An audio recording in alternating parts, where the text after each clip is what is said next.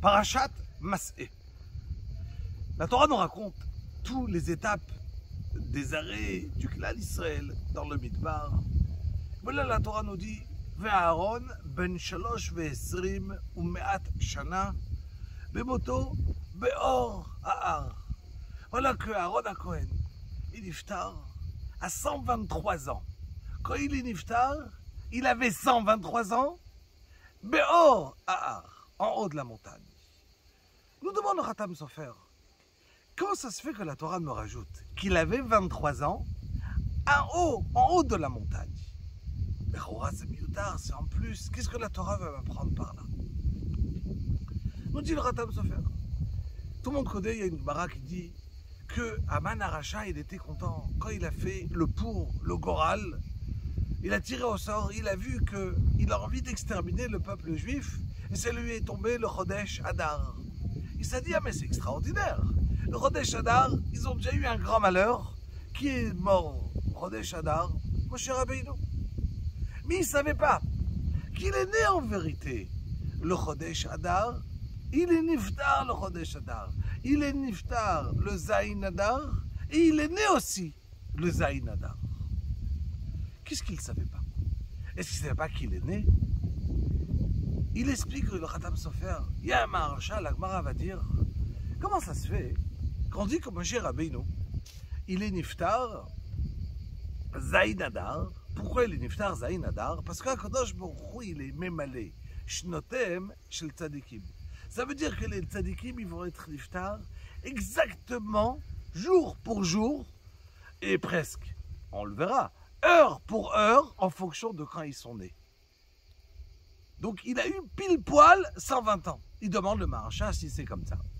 Moshe Rabbeinu, il devait mourir Vav Adar, le 6 Adar, puisqu'il est né le 7 Adar.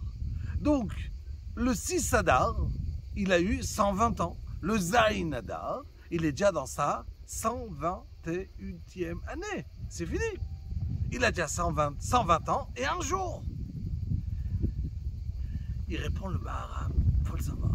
Il y a écrit dans le Rambam que les Kodshim, les Korbanot, ils ont leur compte des horaires. Ça veut dire que ils doivent être nigraves à 1 an et jusqu'à 1 an, alors on va dire que s'il est né à 14 heures d'après-midi, on va lui calculer son âge en fonction de l'horaire. Quelqu'un, les Kodshim, les Korbanot, les Kodshim, on calcule l'horaire. Ça veut dire Mechashvim Shaot. Alors si on est Mechashev des Shaot dans les Kodshim, il nous dit le Maharam, les Gdolim, les Tzadikim, quand Kadosh Baruch Hu il est Mechashev, il calcule leur âge.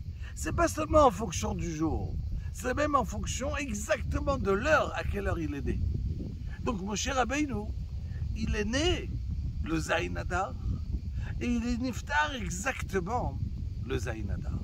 À quelle heure qu'il est né, en fonction de ça. Est-ce qu'il ne savait pas Aman? C'était ça. Donc lui, il s'est dit, il a dit, ah, s'il y a eu, il est niftar, Moshe Rabbeinu, le Zayin Adar, alors tout le mois, il aura un manque de mazal.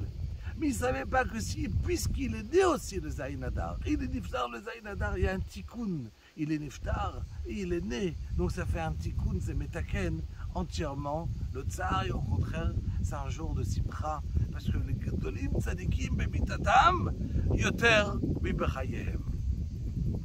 Alors, ça c'est extraordinaire, mais ça veut dire que la même chose s'est passée avec Aaron HaKohen.